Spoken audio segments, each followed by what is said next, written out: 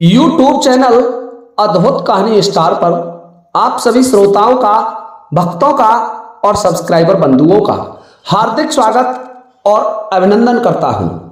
आज मैं आपकी सेवा में एक बहुत शानदार कहानी लेकर के उपस्थित हूं।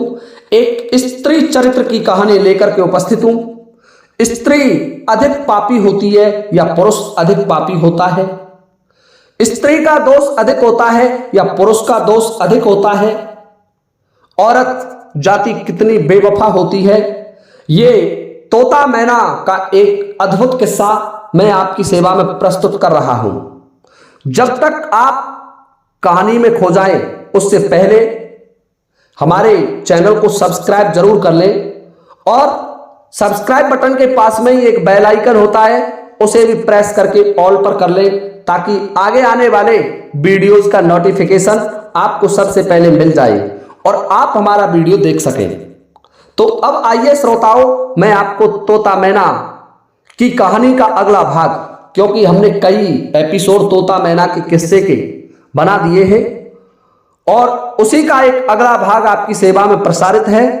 तोता मैना से कह रहा है कि हे मैना, नारी जाति बड़ी बेवफा होती है, त्रिया चरित्र न जाने कोई और खसम मार के सत्ती हुई।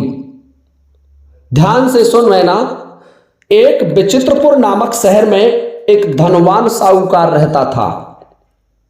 उस बनिया के एक पुत्र था और उसकी मित्रता राजा के लड़के और मंत्री के लड़के के साथ थी। तीनों बड़े गहरे मित्र थे। साहूकार का लड़का, राजा का लड़का और मंत्री का लड़का। उन तीनों में इतना प्रेम था कि वे एक दूसरे के बिना चैन से नहीं रह सकते थे। वे तीनों साथ साथ रहते ऐशो आराम की जिंदगी गुजार रहे थे। इसी तरह रहते रहते एक लंबा समय बीत गया। एक दिन की बात है, वो बनिया के बेटे ने अपने मित्रों से कहा कि हे मित्रों, परसों हमको ससुराल जाना है, तुम लोगों को भी मेरे साथ चलना होगा। मैं तभी जा सकता हूं क्योंकि तुम जानते हो कि मैं तुम्हारे बिना रह नहीं सकता। दोनों मित्रों ने कहा, मंत्री का पुत्र और राजा के पुत्र ने, अच्छा हम लोग अवश्य तुम्हारे साथ तो चलेंगे, लेकिन एक शर्त है। साहूकार का लड़का बोला, बताओ क्या शर्त है? कि हम तुम्हारे ससुराल में तुम्हारे ससुर के घर नहीं जाएंगे, हम एक सराय में ठहर जाएंगे, एक रेस्टोरेंट में रुक जाएंगे। यह बात बनिया के लड़के ने स्वीकार कर ली। जब वह दिन आया और बनिया का लड़का अपनी ससुराल को चला, तब उसके साथ दोनों मित्र, राजकुमार और मंत्री का लड़का भी उसके साथ चल पड़े। रास्ते में मौज मस्ती करते करते 2-4 दिन के बाद वे उसकी ससुराल में जा पहुंचे। जब वे शहर के अंदर पहुंचे तो राजा के लड़के ने बनिया के लड़के से कहा कि मित्र, हम तो सराय में ठहरेंगे, तुम अपनी ससुराल को चले जाओ। इस प्रकार राजा और मंत्री का बेटा तो सराय में चले गए और बनिए का बेटा अपनी ससुराल को रवाना हो गया। तोता कह रहा है कि हे मैना, जिस समय राजा का लड़का और मंत्री का बेटा सराय में पहुंचे तो सराय के दरवाजे पर एक बुढ़िया खड़ी थी। वह उन दोनों को देख करके रोने लगी। बुढ़िया को रोते हुए राजा के लड़के ने नहीं देखा, किंतु मंत्री का लड़का बड़ा चालाक था, बड़ा चतुर था और उसकी नजर उस रोती हुई बुढ़िया के चेहरे पर गई। मंत्री के लड़के ने सोचा कि बुढ़िया के रोने का कारण पता करना चाहिए, लेकिन पहले रहने का प्रबंध कर लें, फिर उससे रोने का कारण भी पूछेंगे। यह सोचकर वे सराय के अंदर चले गए और सबसे अच्छा कमरा देख करके उसमें रहने की व्यवस्था कर ली। उसी सराय के पास में एक बहुत सुंदर वेश्या रहती थी। राजा के लड़के की दृष्टि जब उस वेश्या पर पड़ी तो वह उससे आसक्त हो गया, प्रभावित हो गया उस पर, और वह सोचने लगा, राजा का लड़का, अगर आज की रात ये परी उसके साथ रहे तो कितना अच्छा होगा। यह बात मन में विचार कर राजा के लड़के ने उस वेश्या को अपने पास बुला लिया जब वेश्या और राजा का लड़का सो गए तो मंत्री का बेटा वहां से उठकर बुढ़िया के पास पहुंचा और उसने उस बुढ़िया से पूछा, हे मां, तुम हम दोनों को सराय में जाता देखकर क्यों रोई थी? उसका क्या कारण है, मुझे बताओ। बुढ़िया कहने लगी, बेटा, मेरे रोने का कारण यह था कि वह वेश्या जो तेरे मित्र के पास सो रही है, उसके पेट में एक सांप रहता है। जब कोई मुसाफिर उसे अपने पास सुलाता है तब आधी रात के समय उसके पेट से सर्प निकल करके उस मुसाफिर को डस लेता है, जिससे उसकी तत्काल मृत्यु हो जाती है और वह सांप फिर उस वेश्या के पेट में घुस जाता है। बुढ़िया ने आगे बताया, इस प्रकार ये मुसाफिरों को मारती रहती है। न जाने अब तक इसने कितने मुसाफिरों को मार दिया और कितने मुसाफिरों का धन लूट लिया। यहां के राजा के यहां अंधेर है, कोई सुनता ही नहीं है और इस सराय में रोजाना मुसाफिर मरते रहते हैं। तुम्हारे रूप को देख करके मुझे इस बात पर रोना आया कि आज इतने सुंदर ये दोनों लड़के मारे जाएंगे। बुढ़िया की बात मंत्री का लड़का सुनता है तो हाथ में तलवार लेकर के वहां आया जहां राजा का बेटा कक्ष में वेश्या के साथ सो रहा था। वह वहीं पर आसन जमा कर बैठ गया और जब आधी रात गुजरी तो बुढ़िया के बताए अनुसार वेश्या के मुंह से एक काला नाग निकलकर बाहर आया और जैसे ही नाग बाहर निकला तो मंत्री के लड़के ने सांप के 3 टुकड़े कर अपनी ढाल के नीचे दबा दिए। उसने सोचा, हमारे मित्र के प्राण तो बच गए, लेकिन बाहर शहर का हाल भी देखना चाहिए। राजा के लड़के को यहीं सोने दीजिए।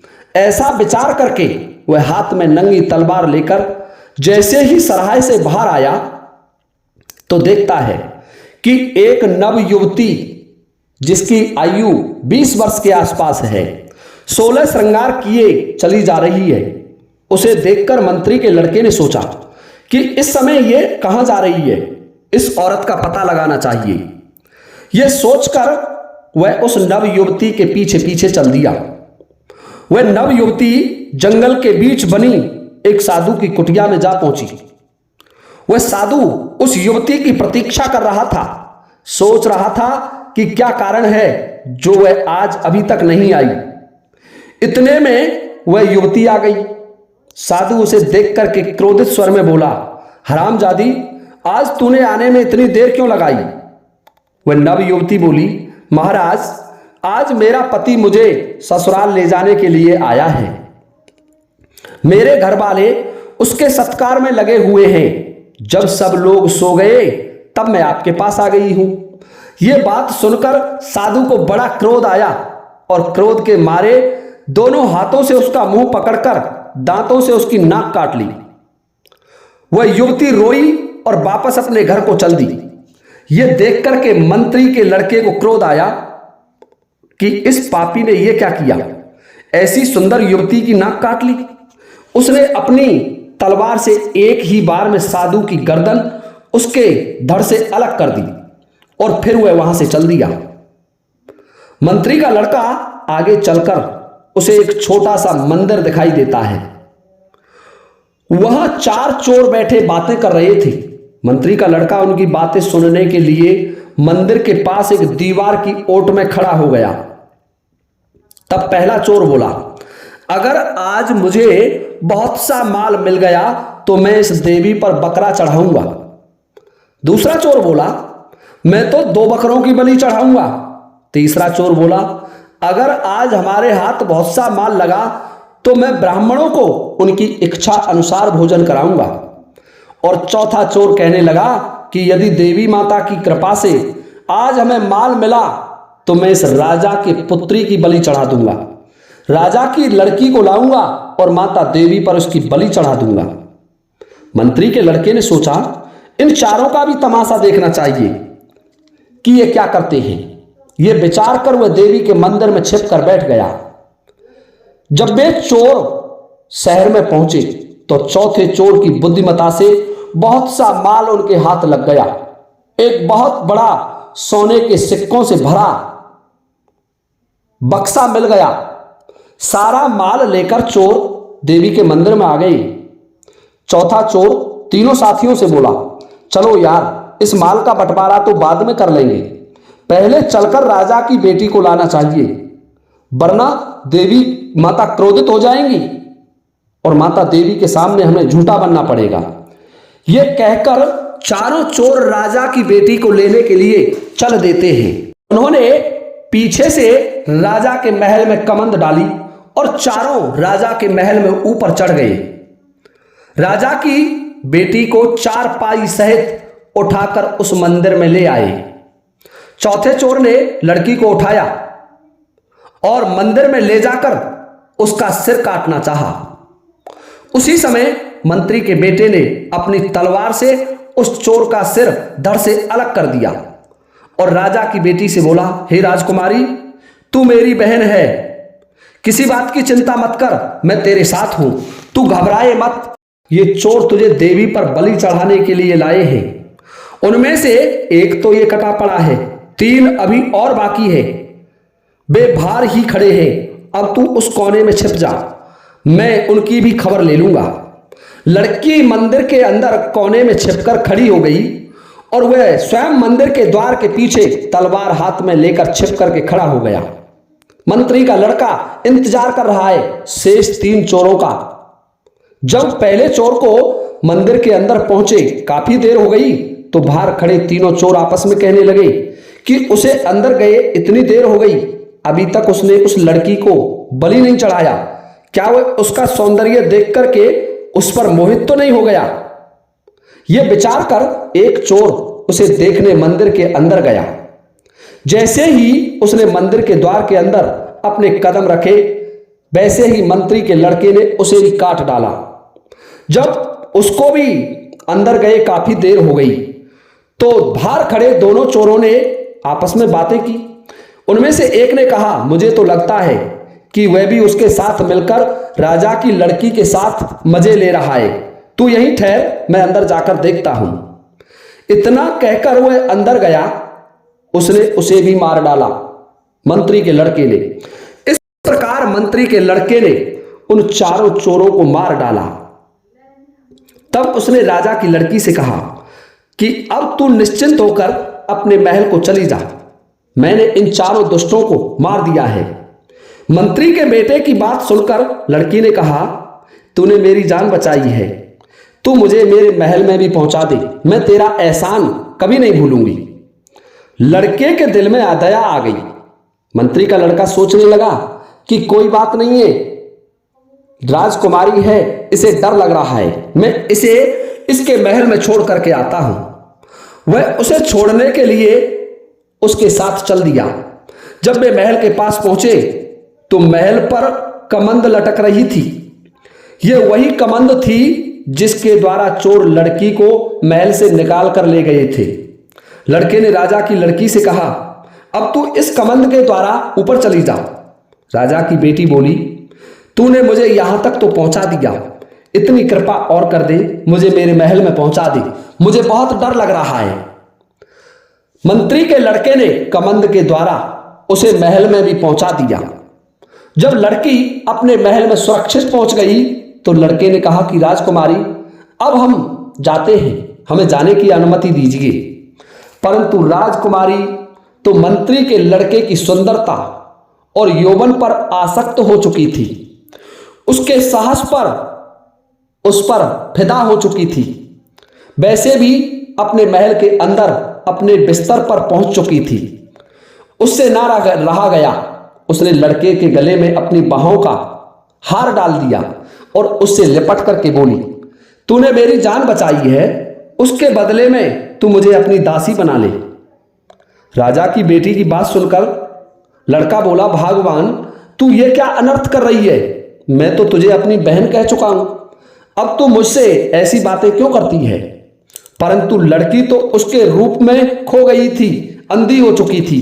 वह बोली, तू आज की रात मेरे साथ गुजार, वरना मैं तुझे मरवा दूंगी। तब लड़का बोला, वाह क्या खूब, नेकी बर्बाद गुनाह लाजिम, मैंने तेरे साथ अच्छा किया और तू मुझे धमका और रही है। यह कहकर वह अपना दामन छुड़ाकर उस लड़की को धक्का देकर कमंद के द्वारा महल से नीचे उतरकर भागने लगा। लड़की ने एकदम से हल्ला कर दिया, चोर चोर चोर। इतने में शहर का कोतवाल पहरा देता हुआ महल के नीचे आ पहुंचा और मंत्री के लड़के को कमंद से उतरते देखकर उसने उसे पकड़ लिया और कोतवाली ले गया। मंत्री के लड़के ने सोचा, नेकी का तो जमाना ही नहीं रहा, अच्छा करते हैं तो बुरा फल मिलता है, पुण्य के बदले पाप मिलता है। इसी सोच विचार में रात बीत गई, जेल में पड़े पड़े। जब सुबह हुई तो कोतवाल ने लड़के के हाथ बांधे और उसे लेकर कचहरी की ओर चल दिया। इतना कहकर तोते ने कहा, हे मैना, मंत्री के लड़के की दास्तान तो यहीं छोड़। मंत्री का लड़का तो कोतवाल के कब्जे में है और अब तू उधर जो राजा का लड़का था उसकी बात सुन। मैं तुझे ध्यान से सुनाता हूं। यहां तो सिर्फ बातों ही बातों की हार हार है। तोता मैना से कह रहा है कि हे मैना, जब राजा का लड़का सुबह सोचकर उठा तो देखा कि उसकी बगल में पड़ी जो वेश्या थी वो मर गई है और मंत्री का लड़का भी वहां नहीं है। यह देखकर राजा का लड़का बहुत घबराया। इतने में उस वेश्या की मां वहां आ पहुंची और जब उसने राजकुमार को जीवित देखा तो आश्चर्यचकित रह गई। वह सोचने लगी, आज क्या बात है, जो मुसाफिर जीवित बच गया उसका माल हमारे हाथ कैसे लगेगा। यह सोचकर उसने अपनी बेटी को जगाने के लिए उसके ऊपर से चादर हटाई तो देखा कि वह तो मर गई है, मृत पड़ी है। यह देखकर वह चीख कर रोने लगी, चिल्लाने लगी, कहने लगी, मैया कोई जल्दी से दौड़कर आए, इसने तो मेरी बेटी को मार डाला। ये तो इसका मन बहलाने के लिए आई थी, पर इस दुष्ट ने मेरी पुत्री को ही मार दिया। उसका शोर सुनकर वह बहुत सारे लोग एकत्र हो गए तथा सिपाही भी वहां आ गए। राजा के कुछ पहरेदार आ गए। दरोगा ने लड़की की मां से पूछा, क्या बात है। तो लड़की की मां बोली, सरकार, मेरी बेटी शाम को अच्छी भली इस मुसाफिर के पास सोने के लिए आई थी। न जाने इस मुसाफिर ने इसे कैसे मार डाला। राजकुमार बोला, मुझे कुछ पता नहीं है कि किस प्रकार मरी है। हाँ, ये रात को मेरे पास अवश्य आकर के सोई थी। आधी रात तक हम दोनों जागते रहे, फिर सो गए। मुझे नहीं मालूम ये किस प्रकार मरी और इसे किसने मारा। राजकुमार की बात सुनकर दरोगा उस वेश्या की लाश उठवाकर और राजकुमार को गिरफ्तार करके कचहरी ले गया।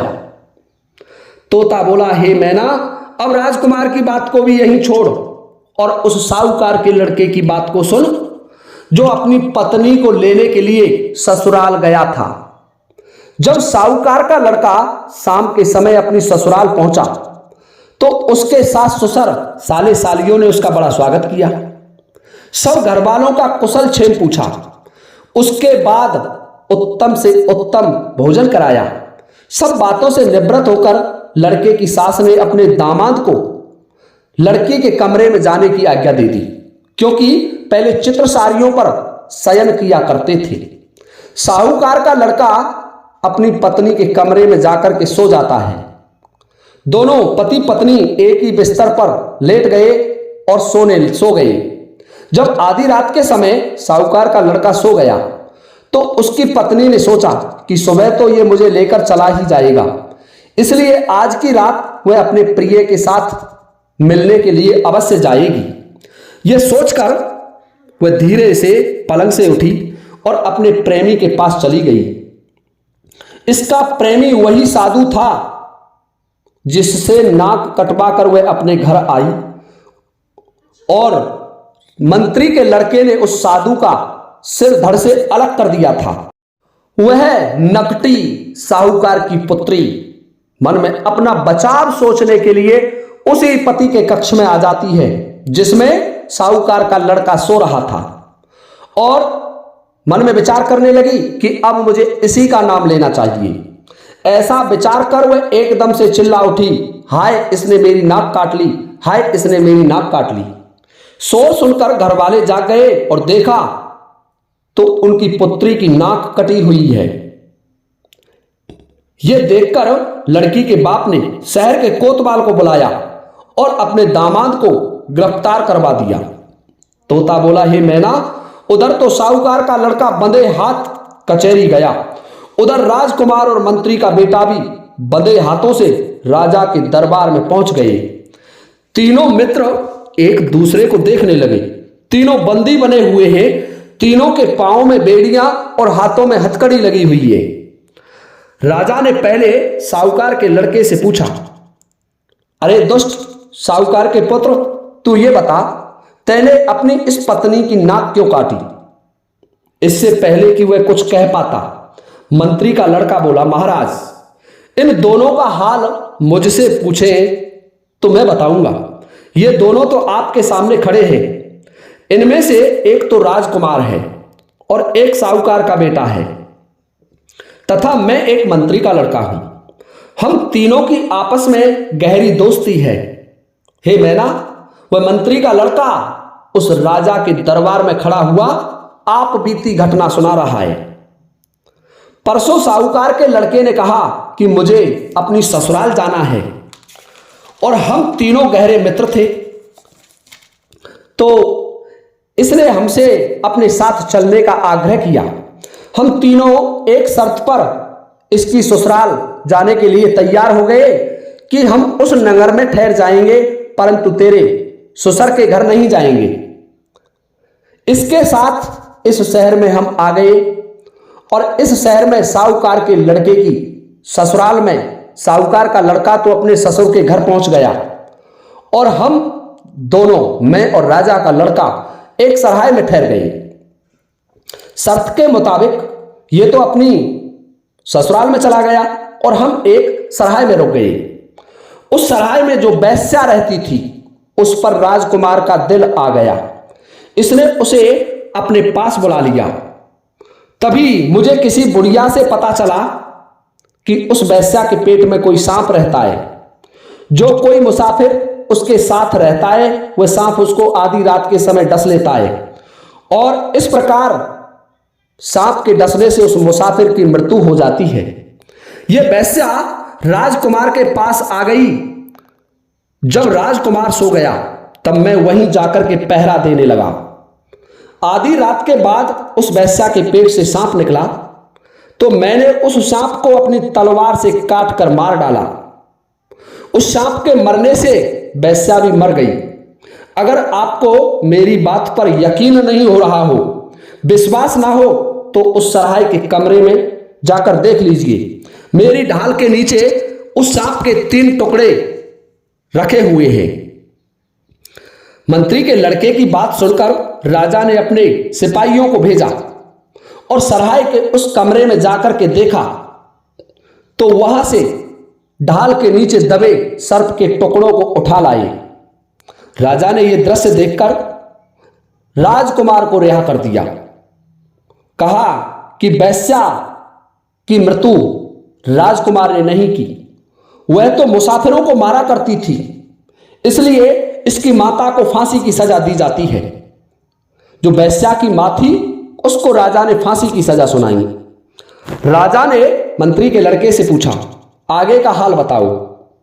राजा की आज्ञा पाकर मंत्री के लड़के ने आगे कहना शुरू किया। सांप को मारने के पश्चात जब मैं सराय में आकर खड़ा हुआ तभी मैंने साहूकार के लड़के की पत्नी को जंगल की ओर जाते हुए देखा। मेरे मन में विचार आया कि इतनी रात को यह नव युवती कहां जा रही है, इसका पता लगाना चाहिए। यह विचार कर मैं उसके पीछे पीछे चल दिया। यह स्त्री जंगल में एक कुटिया के पास पहुंची। उसमें एक साधु रहता था और उस साधु के पास जब ये स्त्री पहुंची तो साधु ने इसे देख करके कहा, हे हरामजादी, आज इतनी देर से क्यों आई है? तो इस स्त्री ने उत्तर दिया, आज मेरा पति मुझे लेने के लिए आया है।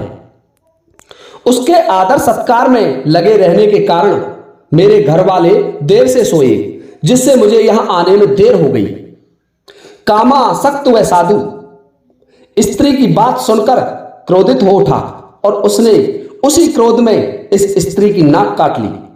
यह दृश्य देखकर मुझे क्रोध आ गया और मैंने उस साधु का सिर काट डाला।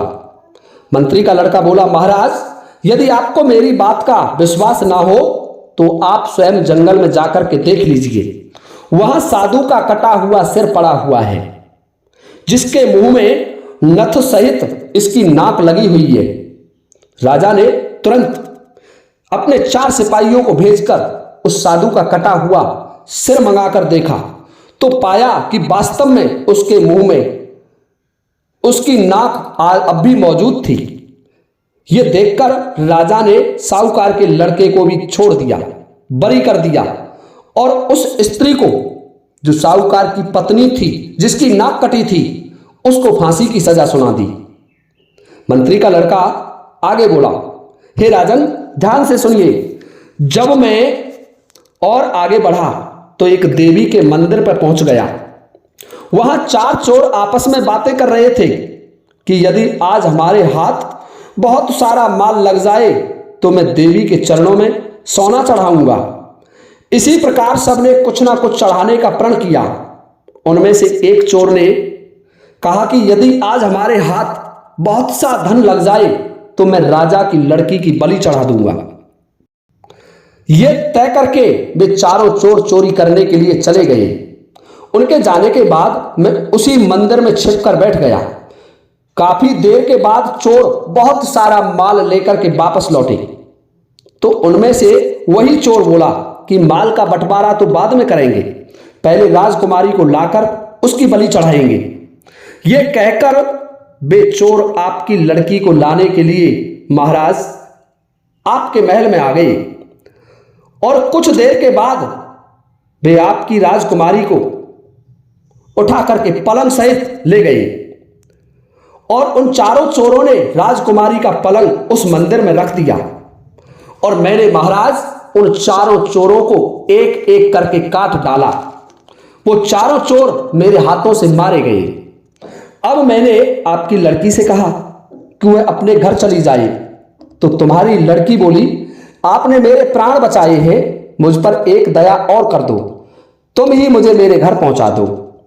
मैं उसको उसके घर तक लेकर के आया तो उसने ऊपर ले जाने को कहा कि मुझे मेरे महल में छोड़ दो, मैं डरी हुई हूं।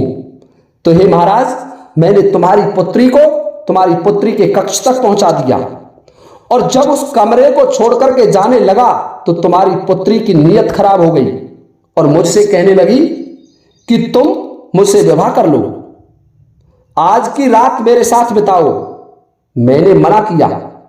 मैंने कहा कि मैं तो तुम्हें पहले ही धर्म की बहन मान चुका हूं। तो राजकुमारी बोली कि यदि तुम ऐसा नहीं करोगे तो मैं शोर मचा दूंगी, तुम्हें मरवा दूंगी।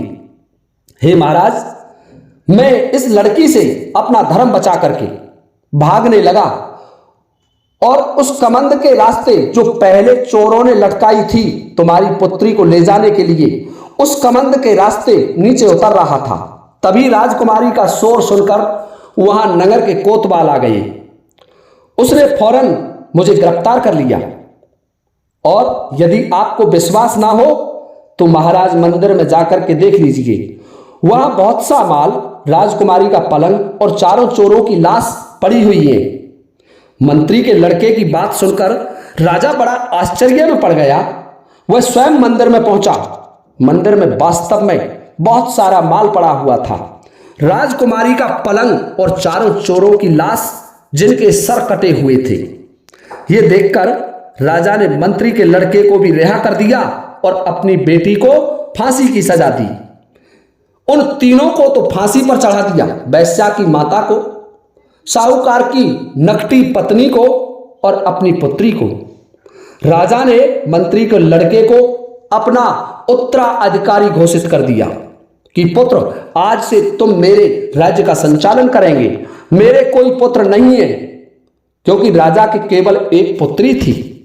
तोता बोला, सुना तेने मैना, स्त्री जात कितनी कपटी और धोखेबाज होती है। यही कारण है कि मुझे स्त्री जाति से घृणा है। देखिए श्रोताओं, मैना ने जब तोता की बात सुनी तो मैना कहने लगी कि नहीं तोता, ऐसा नहीं है। वास्तव में पुरुष भी बड़े कपटी होते हैं। तो देखिए श्रोताओं, अगले एपिसोड में इसका अगला भाग आपकी सेवा में प्रसारित करूंगा, तोता मैना का किस्सा। यदि आपको ये वीडियो अच्छा लगा हो तो कृपया इसे लाइक जरूर करें। अब ये वीडियो मैं यहीं समाप्त करता हूं और आप सभी से लेता हूं अनुमति इस वीडियो को विराम देने की। इसी के साथ जय हिंद, जय भारत।